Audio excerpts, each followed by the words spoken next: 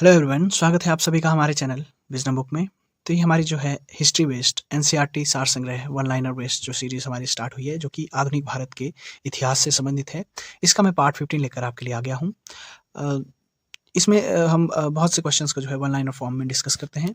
तो previous lectures को भी आप चैनल सेक्शन में प्लेलिस्ट में जाकर या फिर डिस्क्रिप्शन में प्लेलिस्ट सेक्शन में जाकर उन्हें भी चेकआउट कर सकते हैं। साथ ही साथ आप टेलीग्राम चैनल भी ज्वाइन कर सकते हैं, जहाँ पे कि मैंने आपके लिए इन्हीं लेक्चर्स की पीडीएफ्स भी प्रोवाइड करना शुरू कर दिया है। तो बिना किसी देरी के शुरू करते हैं आज का हमारा वीडियो। आज के हमारे टॉपिक का विषय है प्रांतीय चुनाव और मंत्रिमंडल का गठन, कांग्रेस, समाजवादी पार्टी एवं त्रिपुरी अधिवेशन। तो पहला क्वेश्चन हम देखते हैं आज का, किस अधिनियम के द्वारा भारत में प्रांतीय चुनाव करवाने का प्रावधान किया गया था? तो ये भारत शासन अधिनियम 1935 के द्वारा, जिसे कि गवर्नमेंट ऑफ इंडिया एक्ट 1935 भी कहा जाता है, जो कि अगस्त 1935 में इसे जारी किया गया था। इसके द्वारा ही प्रांतीय चुनाव करवाने का प्रावधान किया गया था। नेक्स्ट क्वेश्चन हम देखते हैं, भारत शासन अधिनियम 1935 के अंतर्गत भारत में प्रांतीय चुनाव किस वर्ष संपन्न हुए थे? तो ये चुनाव जो है वर्ष 1937 में संपन्न हुए थे। नेक्स्ट क्वेश्चन हम देखते हैं, वर्ष 1937 में चुनावों में कांग्रेस द्वारा बहुमत प्राप्त प्रांतों की संख्या कितनी थी? तो जो ये प्रांतीय चुनाव हुए थे, इनमें से कांग्रेस ने जो है 5 प्रांतों में पूर्ण बहुमत हासिल की थी, पूर्ण बहुमत, जबकि 3 प्रांतों में कांग्रेस जो है सबसे बड़ी पार्टी के रूप में ये उभर कर सामने आए थे। नेक्स्ट हम देखते हैं, कांग्रेस ने 11 प्रांतों में से, यहाँ पे हम 9 कर लेंगे, 9 प्रांतों में सरकार बनाई, जिसमें कि 7 प्रांतों में इन्होंने कांग्रेस के मंत्रिमंडल की सरकार बनाई थी, जबकि 2 प्रांतों में इन्होंने अन्य प्रांतीय पार्टियों के साथ मिलकर गठबंधन की सरकार बनाई थी। तो ये बातें हम यहाँ से ध्यान रखते हैं।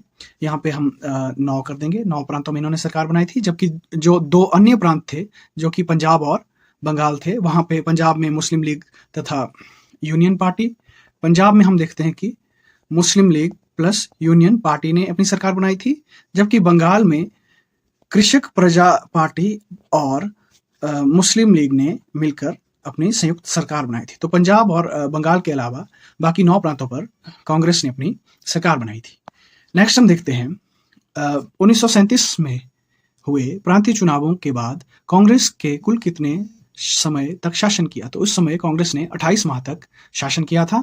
अगला हम देखते हैं, वर्ष 1938 में भारतीय राष्ट्रीय कांग्रेस के हरिपुरा, जो कि गुजरात में स्थित है, अधिवेशन की अध्यक्षता किसने की थी? तो हरिपुरा अधिवेशन की अध्यक्षता पूछा जाता है आपसे बहुत बार, सुभाष चंद्र बोस द्वारा कौन से अधिवेशन की अध्यक्षता की गई थी? तो इन्होंने हरिपुरा अधिवेशन, जो कि 1938 ईस्वी में हुआ था, इसकी अध्यक्षता की थी। नेक्स्ट हम देखते हैं, भारतीय राष्ट्रीय कांग्रेस के किस अधिवेशन में हुए कांग्रेस अध्यक्ष के चुनाव में सुभाष चंद्र बोस ने पटाभी सीतारामैया को पराजित किया? तो पटाभी सीतारामैया जो है मॉडरेट्स लीडर थे, जो कि नरमपंथी लीडर थे, उनको सुभाष चंद्र बोस ने किस अधिवेशन में चुनाव जो अध्यक्ष पद के लिए हुए थे उसमें पराजित किया था? तो इन्होंने त्रिपुरी अधिवेशन 1939 में पटाभी सीतारामैया को पराजित किया था। नेक्स्ट हम पढ़ते हैं, सुभाष चंद्र बोस के त्याग पत्र के पश्चात भारतीय राष्ट्रीय कांग्रेस का अध्यक्ष किसे बना दिया? तो हम देख सकते हैं यहाँ से कि सुभाष चंद्र बोस ने अध्यक्ष पद के लिए चुनाव जीत लिया था, परंतु उसके बाद भी उनके और कांग्रेस के जो प्रमुख वरिष्ठ लीडर्स थे, उनके बीच में कुछ मनमुटाव के कारण इन्होंने, सुभाष चंद्र बोस ने त्याग पत्र दे दिया था, और उसके पश्चात जो है डॉक्टर राजेंद्र प्रसाद को कांग्रेस का अध्यक्ष बना दिया गया था। नेक्स्ट हम देखते हैं, कांग्रेस छोड़ने के पश्चात सुभाष चंद्र बोस ने वर्ष 1939 में किस दल की स्थापना की थी? तो कांग्रेस से त्याग पत्र देने के बाद सुभाष चंद्र बोस जी ने वर्ष 1939 में फॉरवर्ड ब्लॉक की स्थापना की थी। लॉर्ड लिंथगो ने द्वितीय विश्व युद्ध में कांग्रेस का सहयोग प्राप्त करने के लिए उनके समक्ष एक प्रस्ताव रखा था, जिसे अगस्त प्रस्ताव, जो कि 8 अगस्त 1940 को पारित किया गया था, उसका अगस्त प्रस्ताव या फिर अगस्त प्रस्ताव इसे कहा जाता है।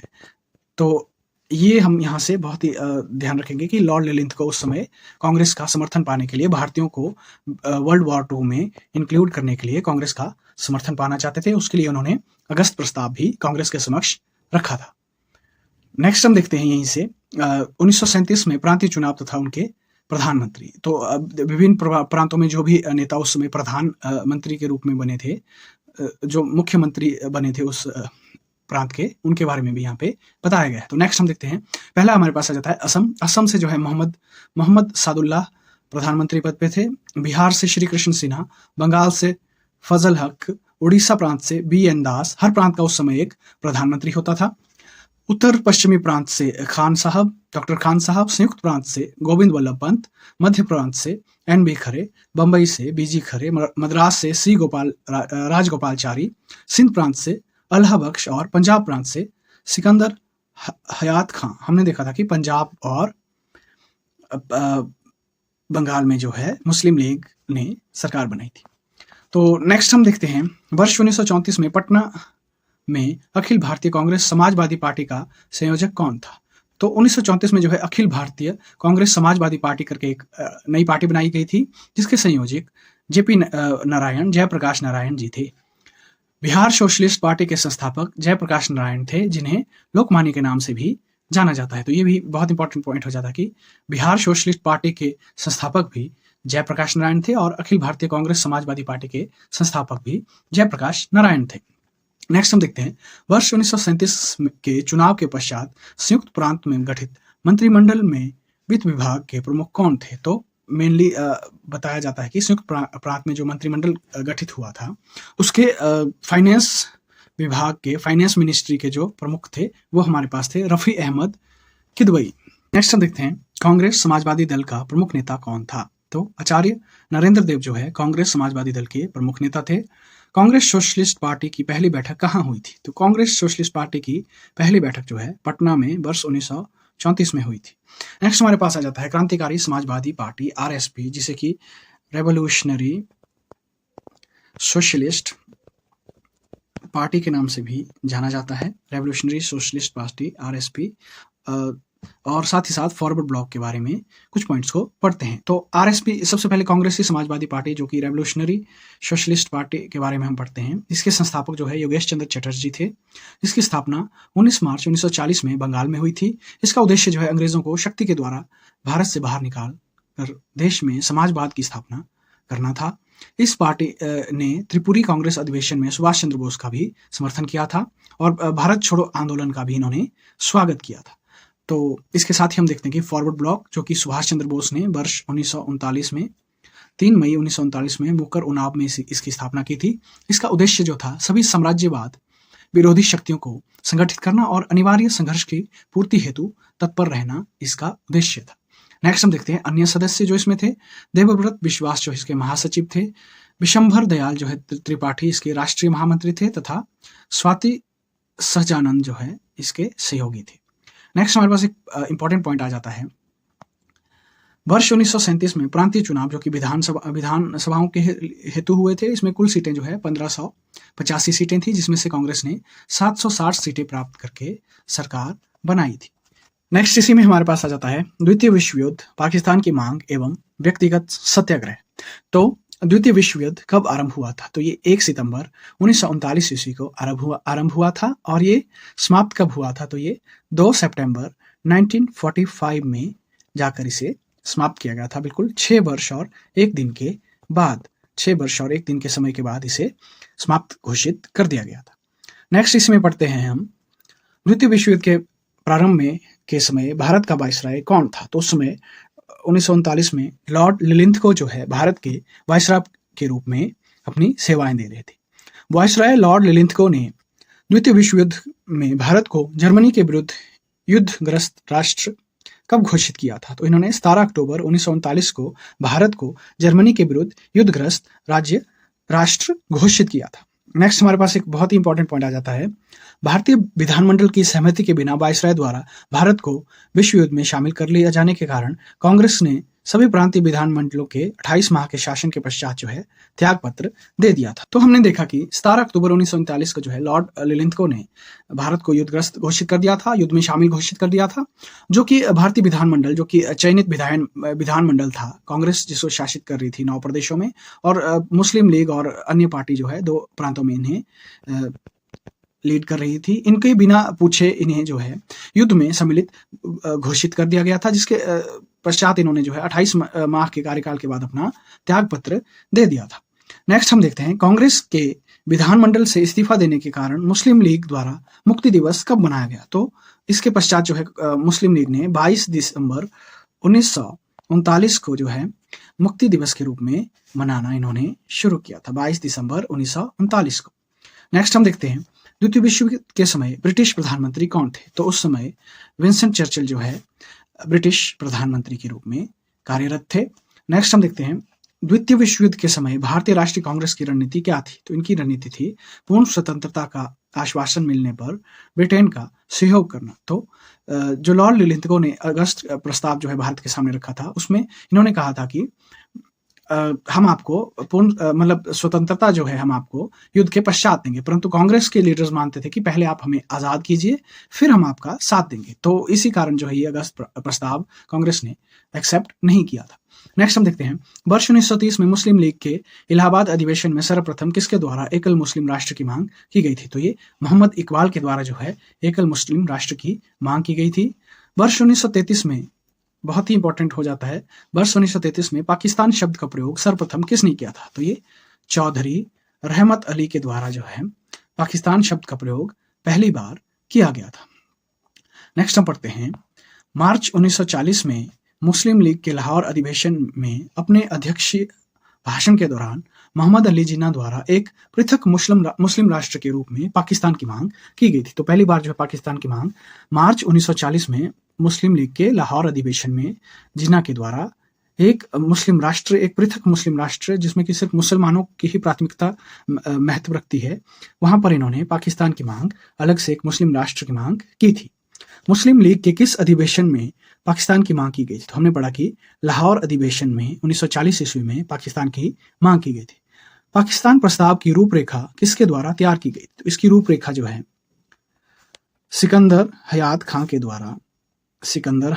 के द्वारा इसकी रूपरेखा तैयार की गई थी।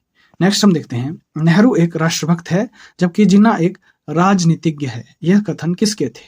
तो मोहम्मद इकबाल ने कहा था कि नेहरू जो है एक राष्ट्रभक्त है जबकि जिन्ना एक राजनीतिज्ञ है, वह सिर्फ राजनीति करना चाहता है, वह अपने आप को प्रधानमंत्री घोषित करने के लिए एक अलग से मुस्लिम राष्ट्र भी, पाकिस्तान भी बनाने के लिए तैयार हो गया था। नेक्स्ट हम देखते हैं मुस्लिम लीग द्वारा पाकिस्तान दिवस कब मनाया गया? तो पाकिस्तान दिवस 23 मार्च 1943 ईस्वी को मुस्लिम लीग के द्वारा बनाया गया था। ये भी बहुत इंपॉर्टेंट हो जाता है कि पाकिस्तान दिवस कब सेलिब्रेट किया जाता है, तो 23 मार्च 1943। ब्रिटेन द्वारा अगस्त प्रस्ताव कब प्रस्तुत किया गया? तो 8 अगस्त 1940 को जो है ब्रिटेन ने भारत के समक्ष अगस्त प्रस्ताव रखा था। नेक्स्ट हमारे पास एक बहुत इंपॉर्टेंट पॉइंट आ जाता है, कांग्रेस का सहयोग प्राप्त करने के लिए उद्देश्य से वाइसराय लिलिंथगो ने के द्वारा 8 अगस्त 1940 को एक प्रस्ताव प्रस्तुत किया गया जिसे अगस्त प्रस्ताव के नाम से जाना गया।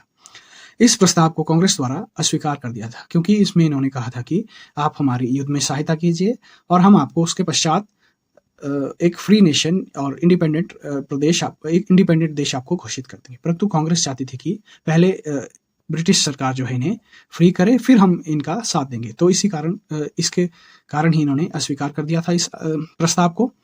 नेक्स्ट हम देखते हैं व्यक्तिगत सत्याग्रह का प्रारंभ कब किया गया था? तो 17 अक्टूबर 1940 को जो है व्यक्तिगत सत्याग्रह का आरंभ किया गया था। व्यक्तिगत सत्याग्रह के प्रारंभ किए जाने का मूल उद्देश्य क्या था? तो अगस्त प्रस्ताव तथा भारत को द्वितीय विश्व युद्ध में शामिल किए जाने का विरोध इसमें किया गया था। व्यक्तिगत सत्याग्रह आंदोलन के प्रणेता कौन थे? तो महात्मा गांधी के द्वारा ही ये स्टार्ट किया गया था। महात्मा गांधी ने सभी को कहा था कि यही समय है ब्रिटिश शासन के विरुद्ध सबको एक अपने अपने स्तर पर विरोध करने का यही उचित समय है। महात्मा गांधी द्वारा व्यक्तिगत सत्याग्रह आंदोलन के लिए प्रथम सत्याग्रही किसे चुना गया? तो विनोबा भावे को जो है पहला सत्याग्रही चुना गया था। महात्मा गांधी द्वारा व्यक्तिगत सत्याग्रह आंदोलन के लिए द्वितीय सत्याग्रही किसे चुना गया था? तो पंडित जवाहरलाल नेहरू को द्वितीय और विनोबा भावे को प्रथम और पंडित जवाहरलाल नेहरू को द्वितीय सत्याग्रही चुना गया था। किसके द्वारा यह कहा गया था कि नेहरू राष्ट्रभक्त है जबकि जिन्ना एक राजनीतिज्ञ? तो हमने पढ़ा था कि मोहम्मद इकबाल के द्वारा ये कहा गया था। नेक्स्ट हम देखते हैं महत्वपूर्ण घटनाक्रम एवं उससे संबंधित गवर्नर जनरल। तो हमारे पास घटनाक्रम दिया गया है और उस समय के गवर्नर जनरल की लिस्ट भी यहाँ पर घटनाक्रम के साथ ही दी गई है। तो पहला हमारे पास आ जाता है साइमन कमीशन। आप सभी को पता है कि इसे व्हाइट कमीशन भी कहा जाता है। इस समय जो है लॉर्ड इरविन गवर्नर जनरल थे। सांप्रदायिक पंचाट जिसमें लॉर्ड वेलिंगटन गवर्नर जनरल थे। अगस्त प्रस्ताव जो कि लॉर्ड लिलिंथगो ने 8 अगस्त 1940 ईस्वी को भारत में प्रस्तुत किया था। नेक्स्ट हम देखते हैं क्रिस्प मिशन जो कि लिलिंथगो के समय ही आया था। बेबल योजना लॉर्ड बेबल के द्वारा की गई थी। कैबिनेट मिशन जो है लॉर्ड बेबल के द्वारा, माउंटबेटन योजना लॉर्ड माउंटबेटन के द्वारा, और बाल्कन प्लान जो है लॉर्ड माउंटबेटन के द्वारा ही पारित किया गया था। नेक्स्ट हमारे पास आ जाता है सर्वोदय शब्द का प्रयोग सर्वप्रथम महात्मा गांधी द्वारा किया गया था तथा सर्वोदय समाज की स्थापना जो है विनोबा भावे के द्वारा की गई थी। तो ये हम ध्यान रखेंगे यहाँ से, सर्वोदय शब्द जो है महात्मा गांधी ने दिया था और सर्वोदय समाज की स्थापना विनोबा भावे के द्वारा की गई थी। तो फिलहाल के लिए आज के वीडियो में इतना ही। Thank you for watching this video. Like कीजिए अगर आपको ये वीडियो पसंद आई होगी, शेयर कीजिए अपने दोस्तों के साथ जिन्हें की इस तरह के कंटेंट की ज़रूरत है। सब्सक्राइब कीजिए हमारे चैनल को, ऐसे ही बहुत से वीडियोज़ मैं आपके लिए इन फ्यूचर लाने की पूरी कोशिश करूँगा। तो thank you and have a good day.